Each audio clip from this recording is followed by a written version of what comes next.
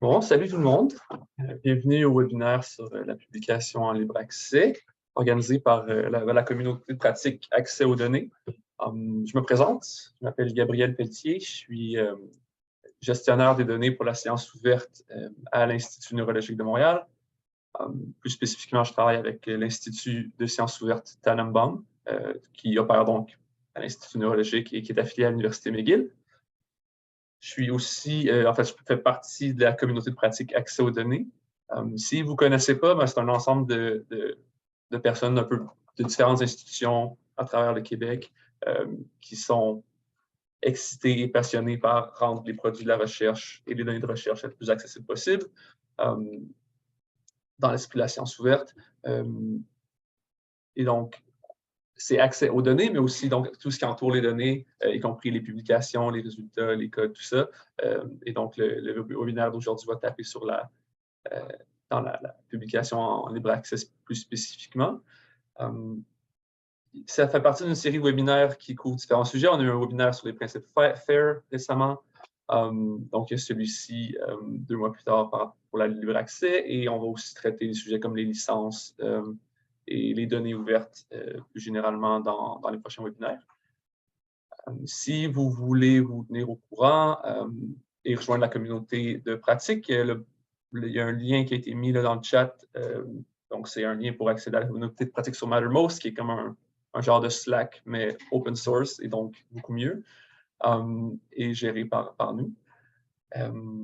Et donc, c'est plein de monde qui échange un peu là, sur des nouvelles qui ont rapport à la législation sur le libre accès, qui échange des trucs ou mettre ses données en libre accès ou comment formater ses données et tout ça. Donc, c'est un paquet de ressources utiles. Donc, voilà pour l'intro. Le webinaire d'aujourd'hui va être donné par Jessica Lange. Elle est bibliothécaire associée et, je crois, et le titre en français, coordinatrice aux communications savantes à l'Université McGill, ou Coordinator Scholarly Communication.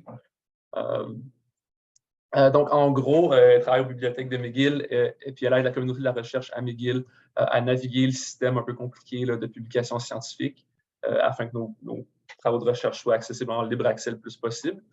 Je peux vous dire que ces temps-ci, son aide est très, très, très appréciée parce que, donc, comme on va le voir, le milieu de la publication scientifique change énormément.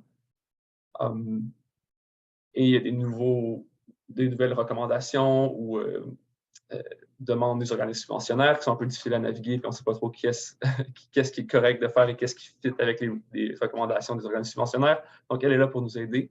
Donc, on est très heureux de l'avoir aujourd'hui pour pouvoir partager son enthousiasme et son expertise avec la communauté à l'extérieur de McGill. Et un peu de housekeeping, donc la présentation va être en mode bilingue aujourd'hui. Donc, Jessica va présenter en anglais, mais elle va pouvoir répondre à vos questions en français sans problème. Et le PowerPoint va présenter en français aussi. Donc, voici un mode hybride un peu nouveau pour nous. Ça devrait bien fonctionner. Si vous avez des questions, vous pouvez les poser dans le Q&A, idéalement, et non pas dans le chat. On va pouvoir les voir plus facilement là. Puis, dans la présentation de Jessica, il y a certains moments où il y a des pauses où vous pouvez aller pouvoir poser des questions. Donc, je vais essayer de monitorer le Q&A puis envoyer vos questions à ce moment-là. Sinon, vous pouvez les garder pour la fin. Il va y avoir du temps aussi à la fin pour les questions. Je crois que ça fait le tour. Donc, sans plus attendre, je vais passer la parole à Jessica qui va pouvoir présenter son PowerPoint. Et vous allez voir à l'écran. Merci beaucoup. OK. C'est correct? Tout le monde peut voir? Okay. Oui. Hi. Thanks everyone for having me today. As mentioned, it's sort of bilingual. So, slides in French, me in English, but of course I can respond to questions in French. So Gabriel gave me a wonderful introduction. I do like to explain my job a little bit because I find my title doesn't always mean a lot. Coordinator of Scholarly Communications. So I have a job that I know that we have people here from a diverse set of institutions, but a lot of the institutions will have people who do jobs like mine. So I'm a bibliothécaire, I am a librarian. But I call myself almost a scholarly publishing expert. So my job is to really be the point person on campus to understand trends in publishing, of which open access is a very large component. So I'm very aware and very on top of trends and movements and changes specifically to open access. And so a lot of my job is doing presentations like this, talking and communicating, often usually with McGill researchers, but not always. And so I'm very happy to be here today to talk about this issue. But I did want to mention that the job I have is common, or you will see people like my job at other institutions in Quebec. So today the main two things we want to cover today is talk about what are the main granting requirements related to open access in Canada and Quebec. And then talk about the two main mechanisms by which you can make your work open access. So that's really the two things I'm hoping to get to you at the end of today. We'll talk about a couple other, trends in scholarly publishing, but these are sort of the main 2 points. So what is open access? So it's an initiative to make freely available the research results of people in large numbers, right? So to make work accessible to the greatest number of people. They use the word gratuitement. There is sort of two flavors of open access. I'm going to focus mostly today on the flavor that's got to do with it being free. The idea that anyone can go and access an article that you've written without having to pay money. There's sort of another flavor of open access, which has to do more with copyright and the materials being made available without copyright requirements as well. They're sort of truly free, but we're really going to talk today about making things just free in terms of not having to pay, not having to have readers pay to access them. So I think a number of you are probably already aware of some of the advantages of making your work open access, so that more people are able to access your research, that there aren't price barriers or sort of like monetary impediments for people to access your work. And then those are sort of the carrots, but the stick would be that more and more we see funding agencies requiring open access in some way. So there's reasons you would do it for yourself, but also sort of external pressures that are going to make you, I suppose you could say, or make you think about it due to grant requirements. So as a bit of a refresher, or maybe you haven't, a refresher slash maybe just if you weren't aware. So in Canada, the Conseil Canadien, the tri-agency, so in English, these are the SSHRC, NSERC, and CIHR. If you get a grant from one of these agencies, you have to make any peer-reviewed articles freely accessible within 12 months of publication. So the main points of that is that if you've gotten one of these grants and you've published a peer-reviewed research article, so not a book or a book chapter, it has to be freely available within 12 months. So 12 months, free. There's it either can be the final manuscript or what we call the accepted manuscript. I'll get a little bit more into that later, but essentially it's the final version of your manuscript has to be made open. This has been in place and I'll apologize here where I won't be able to translate quickly the acronyms, but the health agency has had this in place actually since 2008. So CIHR or IRSC has had this in place since 2008, which some of you were probably aware of, but often people aren't. Although the other two agencies, NSERC and SSHRC, or CRSNG and CRHS, brought this in line in 2015. The main thing is that if you have a grant from one of these agencies right now, it is highly likely that there are open access requirements, unless you got your grant in 2014 or in 2007. So likely this will apply to anyone in this room who has one of these grants. Now, the Fonds de Recherche de Québec also has an open access policy. So it's very similar to the tri-agency in that things have to be made open within 12 months. Once again, it is peer-reviewed article publications. And this was from FRQ research as of April 1st, 2019. So if you got an FRQ in 2018, okay, this doesn't apply. But as of April 1st, 2019, it applies for FRQ. It also applies to student grants, which is sort of a distinction. So the tri-agency doesn't have this requirement, but FRQ does also apply this to student grants. So if a student got an FRQ grant and then they published an article, they are to make it open access within 12 months as well. Now, I will note that the FRQ is going through sort of a transition period in its policies. So starting this spring, its open access requirements are going to get a little more strict. So if you get an FRQ this spring, you have to make it open access immediately. So no longer is there a 12-month window. It has to be made open immediately. And it has to have what's called an open license. And when I was talking at the beginning of the different flavors of open access, like free in terms of not costing anything, and free as in terms of no copyright restrictions, that's where this sort of second point comes in. So you have to have the article licensed under what's called CC BY or CC BY ND. I won't go into this too much detail, but I did want to note that the FRQ is, as I said, in a transition phase. So depending on when you got your grant, you may have slightly different open access requirements. This is always a good place to stop and ask questions because just to make sure everyone's on the same page in terms of what's required at the federal and provincial levels in terms of grant agencies. So are there any, if I look at the Q&A, I guess?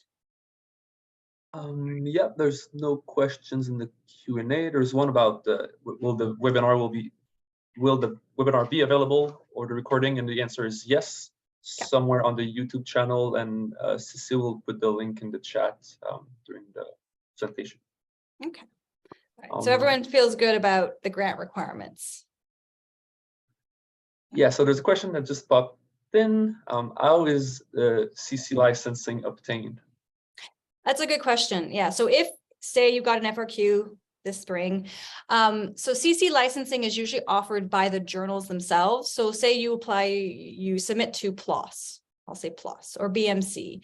When you submit your article, the default is usually that will be published under CC BY. It's usually a selection the journals will give to you.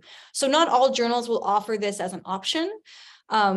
Most open access journals do. So, and some of them will have a number of options. So sometimes you can pick. So of the open licenses, there's something like 7 or 8 different open licenses under Creative Commons. The FRQ has 2 in particular. It wants you, one of 2 it wants you to use. So when you submit to the journal, when you get accepted, the journal might send an email saying, you know, which Creative Commons license do you want? In which case you would select the one that matches, you know, FRQ. Now that's provided that the journal has this as an option. If the journal doesn't have this as an option, then there's not too much you can do. Some journals will allow you to pay money to make your individual article open and then kind of opt into one of these licenses. So this is the kind of thing that when you're evaluating journals, you might just want to see what they have in terms of these availabilities. But yeah, it's something that you would, as I say, would kind of opt into if the journal had that option. I should also know, I mean, you can apply CC licenses to your own work, like things that you own your own copyright to. So for example, you probably didn't notice, but at the very beginning, my slides had a CC BY license on them. So someone could take my slides, reuse them, repurpose them, translate them into Spanish, and just give me credit. And that's something I could apply directly to my slides because I have the copyright for my content. So you can apply it yourself, but only for things you have the copyright to. And usually when you're publishing with a journal, the journal gets the copyright. So it's a little complicated, but I hope that that provides a bit of explanation. Yeah, pretty clear. Another question here. Does it only concern, I suppose the policy, does it only concern the research results or also the data? So I guess the articles or the data itself should also be made open. Yeah, so neither of them have open data policies per se yet. Neither the FRQ or the tri-agency require open data. The tri-agency is moving to having data management plans. Like there is a move and a shift, but as of this moment, that's not a requirement. It's encouraged, but not required. Okay, thanks. And this is an unavoidable question that comes in such webinar. Two-person asked about money. So I don't know if we're going to talk about it later, but so there's these open access fees are covered by the funding agencies that require open access. Yeah, so it's a good question. So for both the tri-agency and the FRQ, open access fees, as it were, are considered what we call grant eligible expenses. So, you know, if you've got your grant and you need to use $3,000 to publish in BMC, that is a grant eligible expense. Now, I know it's a bit, when you're preparing your budget, sometimes you put in your budget that you may need these fees, and then your budget might get cut. That we have less control over, but technically they are considered grant eligible expenses. Although the new FRQ rule has a tiny asterisk to that the FRQ will only consider it a grant eligible expense under the new rules, under the 2023 rules, if it's an open access journal. So there's some journals that are called hybrid journals where you can elect to pay a fee to make your individual article open. So the entire journal isn't open, but you can elect to pay a fee to make your article open. Those fees are grant eligible for the tri-agency and for FRQ up to 2023. But starting with the new FRQ, those kinds of fees will no longer be eligible. So, yes. All right, thanks. So yes and no for the answers. Yes, with asterisks, yeah. That's it for now. No more questions. Perfect. All right. So I'm going to go into sort of the two mechanisms that you can make your work open. So the first one is to publish in an open access journal. That is what people tend to think of most commonly. I'll go through each of these in more detail. But the second is to publish in, a closed journal and to make a copy open via an institutional repository. The second option is often not well known by people, but they're both considered equally valid and equally valid means to open access and equally recognized by the tri-agency and by the FRQ and the open access community generally. But I do find that option number 2 is not as well known as option number 1. But I'll go through each of these in a bit of detail. So option 1 is, as I mentioned, what you're often thinking of when you think of open access, which is you publish in PLOS or BMC or whatever open access journals there are in your field, right? And so these are journals whose entire contents are fully open that everyone has access to, right? So if I'm on Nursing Open, click the PDF. It doesn't matter if I'm at UWM or at McGill or if I'm affiliated with an institution with access. Like I could be at home at my cottage, I could download this PDF and no problem. I do note here, if you're curious to discover open access journals in your discipline, there is a directory of open access journals. So you can use it to, and it lets you also sort and search on, does it charge fees or does not charge fees? And I would note also that, of course, you want to evaluate any title that you see based on its, editorial board and the kinds of things it's publishing. But this might be a means to discover open access journals in your discipline if you haven't, if that's something you're curious to find more about. Now, you've mentioned this at the start. Yes, so often open access journals do charge fees. They're called, in English, we call them article processing charges or APCs, and they vary widely. So I put here some samples, and I think even, it's funny, these slides aren't that old. I think I originally made them 2 years ago. PLOS is already like $300 more expensive. I think PLOS is now like $1,900 US. So a lot of these journals, because they don't get subscription revenue, right? Like no one's paying to access the content.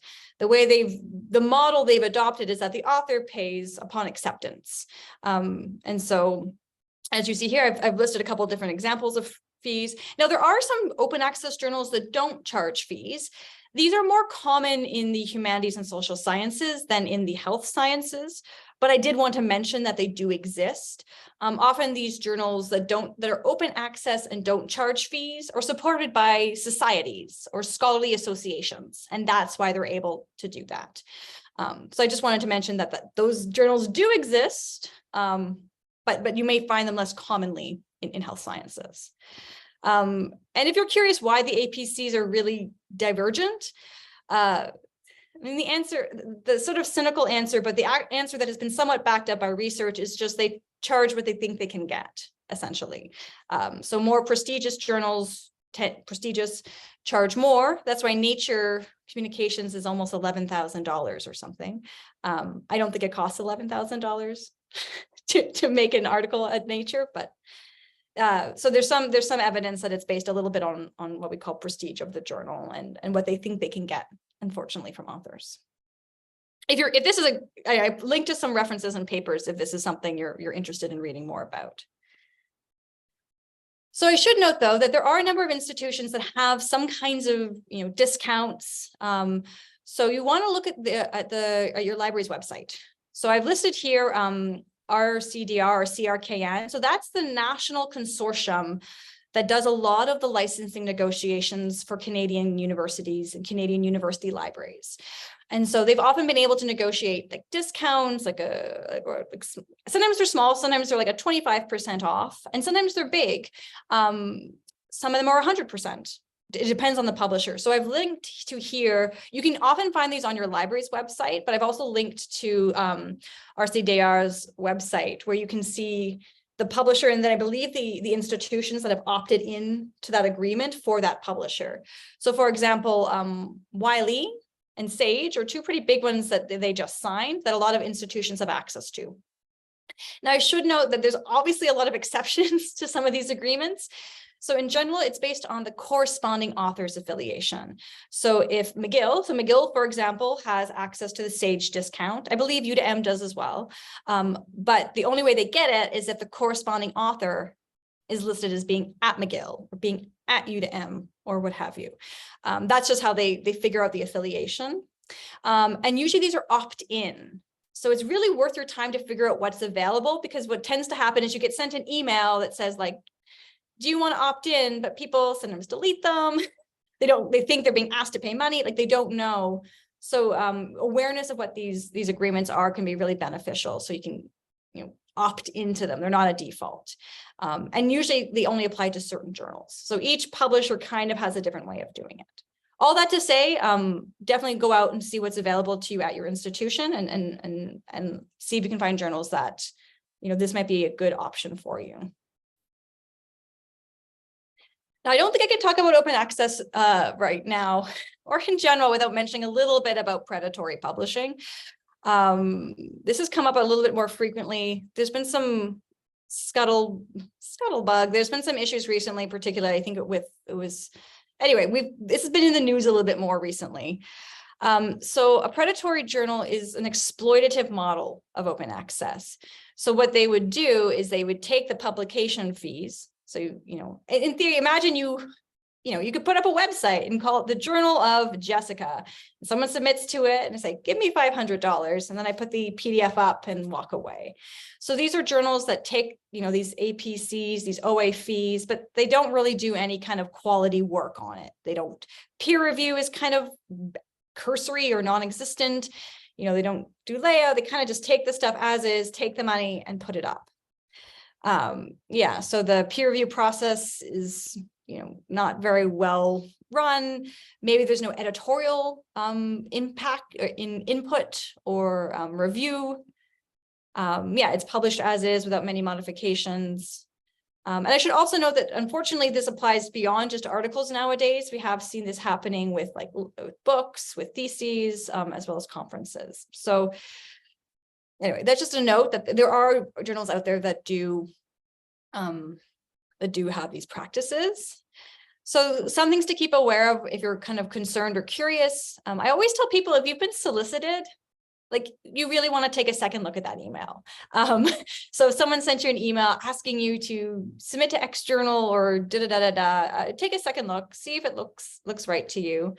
A lot of these journals will either make up fake things that make them sound prestigious, but they aren't, or they'll say they have impact factor, but they in fact don't. Impact factor is actually a trademarked term, it's owned by a company. So not anyone can have impact factor, only journals indexed in Web of Science can have impact factor. So if a journal says it has impact factor, but then you can't find it in Web of Science, that could be suspicious. Yeah. And then oftentimes they'll use titles that are very, very similar. I gave an example here from philosophy, but this is where I have seen students, for example, are told, oh, go publish in whatever, the International Journal of Philosophy, and they Google it. And then they, without thinking, they end up on the International Journal of Philosophical Studies because it sounds, of course, very similar. So if you see titles that are similar in a Google search, that might be a second pass. We mentioned peer review is not very well run. And then sometimes they have very, very large scope statements, which makes sense because they want to be able to, quote, get as much content as possible. So they often have very large scope statements.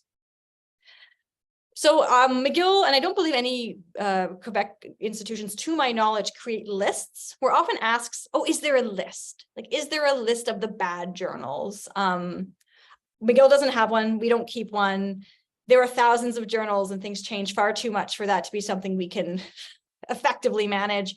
And so I've linked here to some resources that just talk about how to evaluate and think critically about a journal, like just check boxes and things to look through if you're not sure about a journal. And in most cases, in my case, people send me emails and say, I looked at this journal, I'm not sure. And then I take a look and I say, or like, it might be low quality. So, there are resources for you to help evaluate this. So before I go into the second mode of how to make your work open, are there any questions about the open access journal world as an option to make your work open? Well, there was a question in the chat just now about on the Q&A about the predatory journals.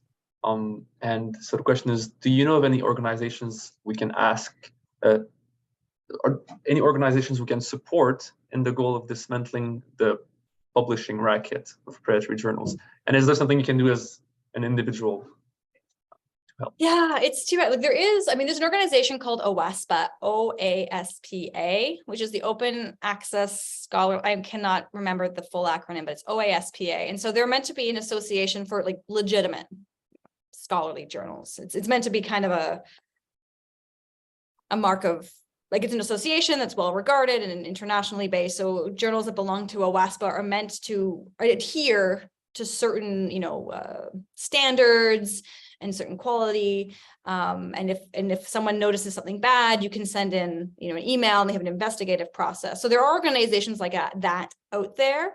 So that's one I can think of that's trying to, help do some legitimacy. And then that's the main one I can think of at the moment that is sort of trying to do some of that work. But it is rampant. I know that this seems to only kind of get worse every year since I've been in this field. And then someone else asked if there's a list of journals that are actually free to publish in. And I linked to the DOAG. I suppose that's probably a good resource. I don't know if you have any other. That's the easiest one to search in, because you hit the search button. The way that this is a hot tip. If you come to a search box and you want to see all of the results without having to type in a keyword, you can sometimes just hit the little magnifying glass and that'll return all the results. And then in the DOAJ, there's a facet on the left where you can collect fees or no fees, I believe. And so then you can select no fee and then kind of look around and see, by your discipline. That's probably if you've never looked around, the most streamlined way to find them. Otherwise, you might look at your association journals, because sometimes the associations are supporting it, right? So that's another mechanism that might help you discover some of these titles. Great, thanks. Yeah, that's it for now for the questions. Great, thank you. All right. So the second option to make your work open, and I get excited about this one because it feels like a secret. Is to make a copy open in an institutional repository. And most people don't realize, I'm putting up some journals here, but almost every journal lets you do this. But most people don't realize it. So I'm going to give you an example here. So this is an example of an article that if I was on Wiley's website, if I was on Libre International and I wanted to access this article, but I wasn't at McGill, I didn't have an affiliation, I'd be asked to, purchase PDF, right? Pay $40 to access this PDF. Now, a free version of this article is available in UDM's Publier. So Publier is the institutional repository of UDM. I'm showing it. Almost every university has one of these. McGill has one, UQAM, I believe, has one. They're very, very common. So someone could go to Publier and download the exact same article for free. And so this is sort of that second means of making it open. So it's, quote, closed on the journal's website, but there is an open copy available. Now people start to wonder, well, that's great, Jessica, but how would someone ever find this? So I showed you here, so the screenshots are a little blurry. But But you can see here, I Googled, the name of this article, and UDM's is the 4th result, right? So it comes up pretty high in the links. And actually the same thing in Google Scholar. So Google Scholar, though, the way Google Scholar works, so I'm searching this article in Google Scholar. Google Scholar will bring together all the versions it finds out in the world and kind of lumps them all together. And then that's what the all versions are. The top level link is the one that gets referred to the most, which is the publisher's website. But if I were to click all versions, once again, I see the link to Publier. So it's relatively discoverable in that way. And I do tell people who deposit, so in our case with eScholarship, but whoever, if you've got like a CV or you've got your personal website, to provide that link to have like your citation, then say free text link or full link or something like that. And the repository itself, if someone lands on the papyrus copy, it has the citation, it has the information, so your article will still be cited properly. Like you'll still get a citation if someone comes across the free version of your article. Now, people think, well, is this violating copyright? Am I actually allowed to do this? And the answer is, it's not violating copyright. You can totally do this, but it's only permitted for certain versions of your manuscript, which I'll talk about in a second. And sometimes there's a delay. So you can understand publishers want to maintain some of their privilege. So sometimes you can't make it open in a repository for 6 months or 12 months after publication, or 24 months after publication, or what have you. I don't know the policies, unfortunately, at other libraries, but at McGill, for example, we tell people to send it to us right away and we handle that period. So you'd have to go and look and see what the deposit process is at your local institution. But that's just something to keep in mind. So I mentioned that only certain versions can be made open. So the very first submission you make to an article, we call that like your preprint or your submission initiale. That'll then go through peer review. You'll make a bunch of changes, and then eventually it's accepted. And we call that your accepted manuscript or your manuscrit accepté, right? So it's post peer review. It's gone through peer review. It is, been finished, but it hasn't gone through typesetting and layout, which is the final publisher version. For that final PDF, you usually have no rights. So they don't usually let you post that version to an open repository, but the accepted manuscript version, they do. So I tell people to act on acceptance, because what has tended to happen when people learn about this, they get excited, but it's been 4 years since they published that article and they cannot find in their file folders this version of their manuscript, or maybe their co-author was the one that submitted it, etc. But once you know that this is something you can do, on acceptance, save it, call it your accepted manuscript, because that's the version that you're going to be allowed to put in an open repository. And I mentioned off the top that for FRQ or tri-agency, the copy that has to be open can either be the final manuscript or the accepted. So for the tri-agency's purpose, if you can put your accepted manuscript in Papyrus within 12 months, that's fine. That meets the open access requirements. And that's nice because it's a free, like it doesn't cost you anything. That's a free option to make your work open. The only time you kind of can struggle with the funding agency requirements is if they have a longer embargo period. So some journals won't let you post for 24 months, and that would be longer than 12. But anyway, that's what I like to know. This is a really nice option that once you've learned how to do it, is relatively low investment in terms of time, and free in the sense of not having to pay money, but not free in terms of your time. But So a couple more things just to note. So as I said, it has to be saved by the researcher. In a perfect world, the publishers would send you this version, but they don't. So it's your responsibility to keep track of this version and save it. Yeah, generally the final PDF is not what we're allowed to put in a repository. There are some exceptions. There's some nice publishers that let us do that, but not many. So a couple FAQs. I get a lot of questions about accepted manuscripts if it's something you haven't thought about before.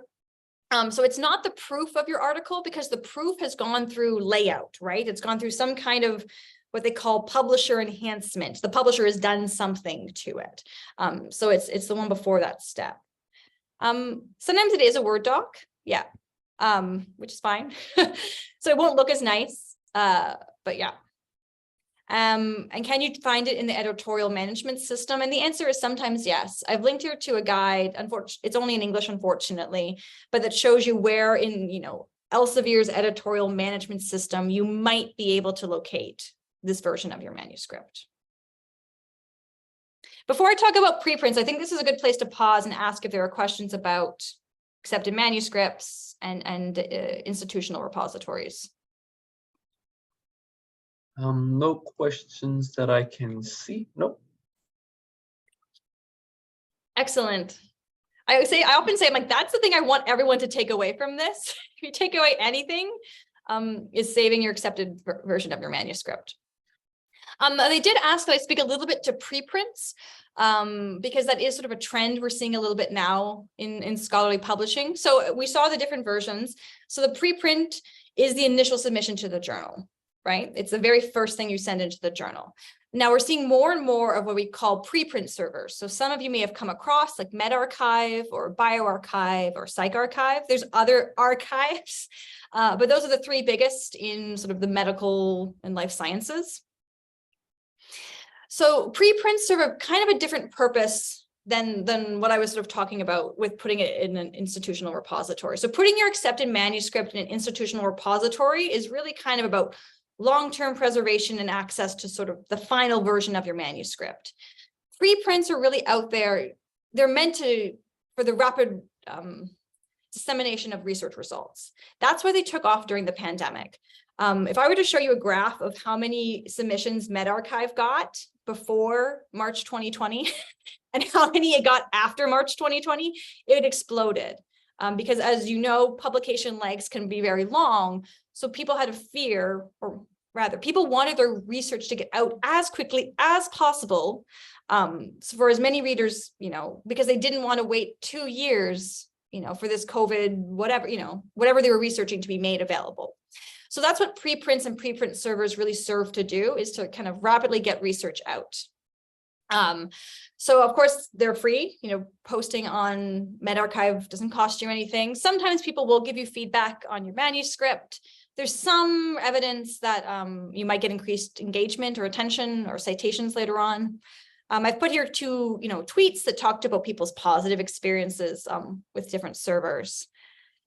Now, of course, there are questions about this. Is this allowed? And once again, the answer is yes. By and large, most journals do allow you to post to preprint servers, but it is worthwhile to look at a journal's policies. There are, as always, some exceptions. There's some journals that don't want you to do this, but by and large, most are fine with it. But you want to look at the preprint policy of a journal before you do it. Because just so you know, once you post to a preprint server, you can't take it down. It's up. You can put up new versions of it, but you cannot get rid of it, except in very extreme situations. Now, this did also happen during the pandemic, is this disseminating bad research? And yeah, that happened. We saw preprints get out that got picked up in the media that were not scientifically sound. But I should also note that this happens with stuff that goes through peer review as well. I think we can all think of lots of studies that get published that also have bad science. But all that to say, I know medRxiv in particular is trying to increase or improve its screening process to reduce this. And I've also noticed that media outlets are much better now about communicating when they're talking about a preprint.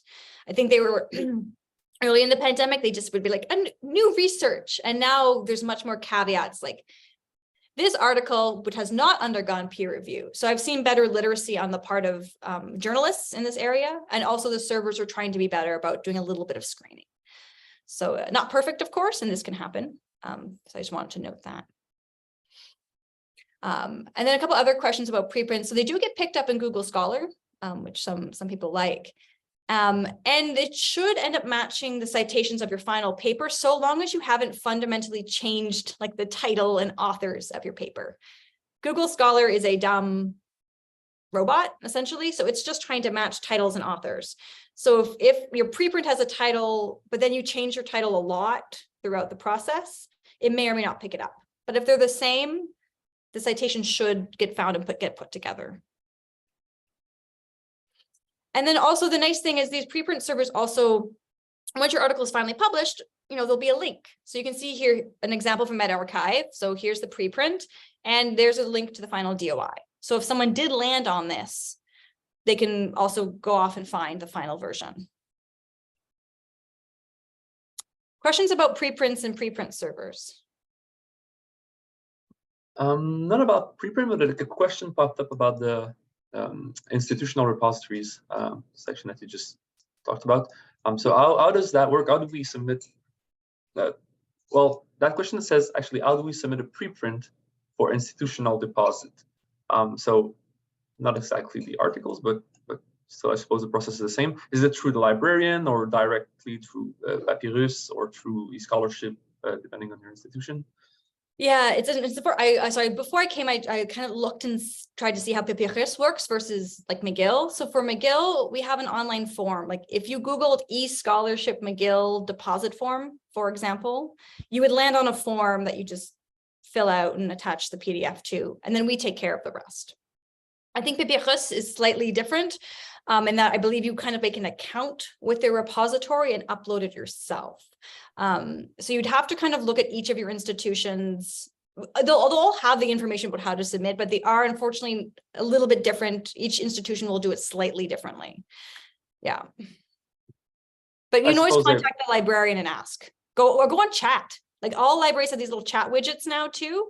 So if you don't know a librarian at UDM or at Laval or wherever you are, you can go on these little chats and say, I want to deposit with my repository. How do I do that? And then someone should be able to help you.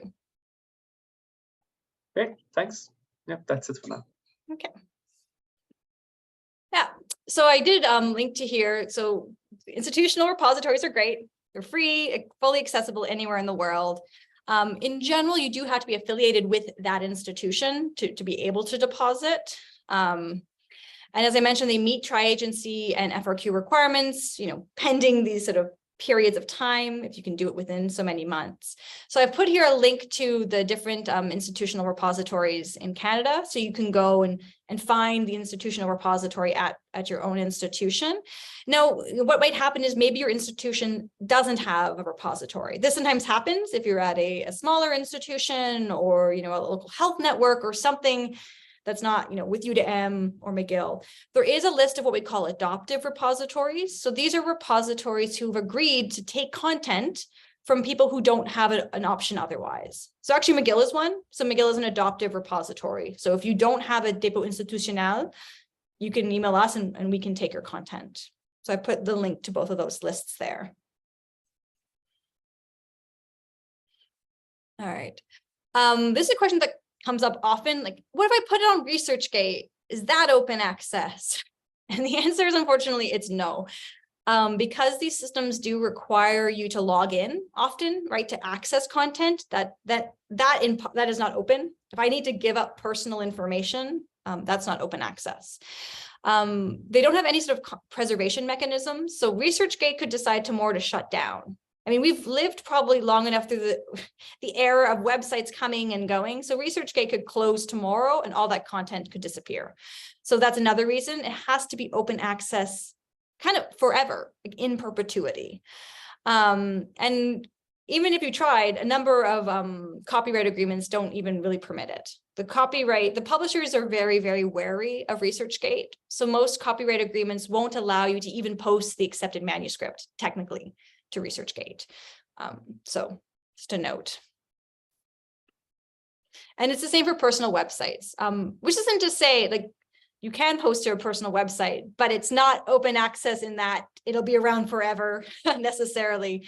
And so it wouldn't meet, posting to your personal website wouldn't meet the grant requirements of the FRQ or the tri-agency. Oops, sorry, the animation's off a little bit. So if you're curious to know the policies of a journal before you submit, there are a couple resources out there. One I've noted here is something called Sherpa Romeo. It's a tool where you can search a journal's name and then it'll tell you, which versions you can deposit in an institutional repository and how much, what's the embargo. So if you can't do it for 12 months or 24 months. So it's a really handy tool to check a couple journals really quickly. You could ask your librarian At McGill, I've done, so I can't speak to the services at other libraries, although I would assume they're very similar. You know, people will sometimes send me like a list of 10 or 12 journals, and I'll just look at their policies and make a little spreadsheet. And then it's nice to kind of compare. So that's something else you can ask. All right. Now we didn't, so someone mentioned off the top, what about open data? And so these aren't required by the granting agencies, but it might be something you're thinking of. So a number of universities now do have services to help researchers. So I've linked to 2 examples here. I've linked to McGill's. Yeah. So I linked to UWM's, Laval's, and McGill's. So there's lots of, if this is something you're interested in exploring, there are services offered through libraries to help researchers manage their data and think about how they could make it open if that's something they're interested in doing, finding the right, data repository and stuff like that. So I've linked to a couple of different resources in that regard. And this is just a final thought, but I was asked, like, what are the coming trends in scholarly publishing? If I had to kind of give you a quick take about where I think it's all going, and the big ones I'm seeing is that, yeah, data is huge. We're seeing more policies related to data. Whether or not it's open, it's not always about open data necessarily, but it's about better data management. Having what we call a DMP or a data management plan, thinking better or more critically about how to keep and preserve your data, which may or may not be made open, but preserved in such a way that, ostensibly it could be used by others in the future. Something called ORCID, which is a personal identifier for researchers. We're starting to see these getting connected into more and more publisher systems. You might have had to do this when you submitted to a journal. I believe the FRQ is beginning to integrate it now into its kind of funding application system. So I think we're going to see more and more ORCID integrations into funding agencies and journals, and hopefully at some point universities. Gabriel would probably really like that if we all just got an ORCID and made his job a lot easier. Preprints, we've seen that really explode. When I started this job in 2016, I never talked about preprints. The people who were doing it were the physicists, but they had been doing it since 1990, so I didn't need to talk about it. But now more and more people have an interest, so that's something we've been talking about more.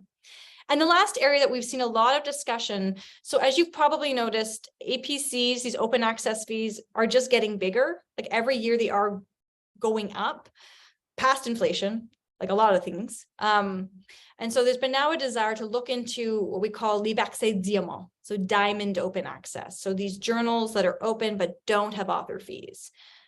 I don't know if we're going to get there tomorrow, but this is a discussion that's happening more now than I saw 5 years ago. So, yeah. Are there any other final questions from the group? There was a question regarding institutional repositories. Who can submit there? Is it only the corresponding or senior author, or any author on the list? Co-authors could submit there. Yeah, any author could submit. We usually, you should let your co-authors know that you are. Usually the only requirement is that you have an affiliation with that institution. That makes sense. So for McGill, unless, if you don't have an institutional repository at all, we will take your content. But say if a UWM author emailed me at McGill, I'd say you should go talk to UWM. So usually you have to have an affiliation with that institution. But whether or not you're the principal investigator or senior, any member of any author can deposit. All right, thanks. There's another question here regarding books. They are fundings for editors, but are there any source of funding for authors who want to publish their book with an open science editor? Yeah, so it's interesting. So open monographs is also, actually, I could have put that as a 6th trend. We're seeing more, but as you can imagine, open monographs cost a lot more. So for example, I think the going rate they say is about $30,000 to make a book open. So there are some open presses. So for example, Concordia has Concordia University Press, which is an open access press, but it's fully funded. So authors can publish with Concordia University Press a book and not have to pay fees. I'm trying to think. And so there are some free presses out there because they've been supported by certain organizations. I think University of Michigan might be another one. And then there's also some programs where we call subscribe to open. So sometimes, but you can't unfortunately know this in advance. So sometimes a publisher will come to the library and say, we've got this bundle of books. If every library gives a little bit of money, we'll make all of them open.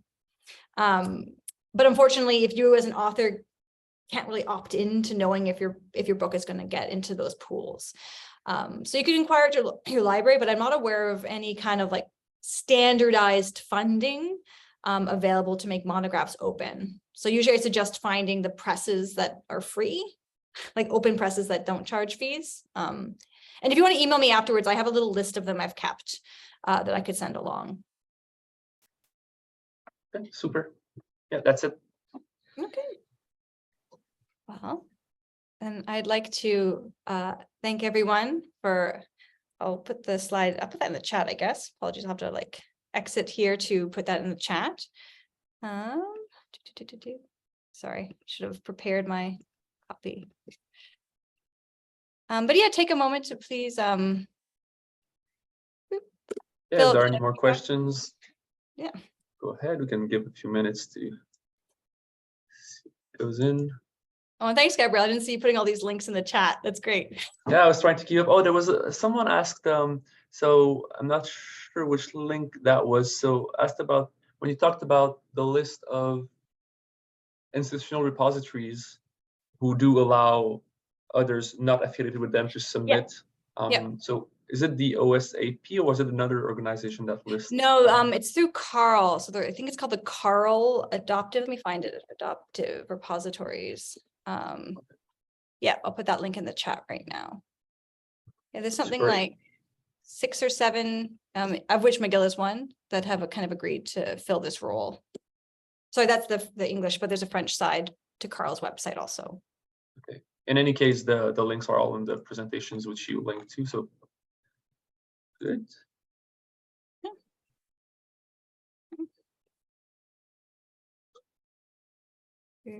Well, thank you. And you can feel free to, even if you're not at McGill, you can feel free to email me. I'm very happy to answer any questions or to connect you with the corresponding person at your institution. Quebec's not super large, so we all tend to know each other. I tend to know the 7 or 8 librarians doing this work in Quebec. So yeah, feel free to reach out. Super. Ben, merci beaucoup. Puis Cécile vient juste de mettre le lien dans le chat pour la communauté de données, la communauté de pratique accès aux données. Si vous voulez joindre, on est très accueillant. Et puis sinon, merci d'être venu. Merci.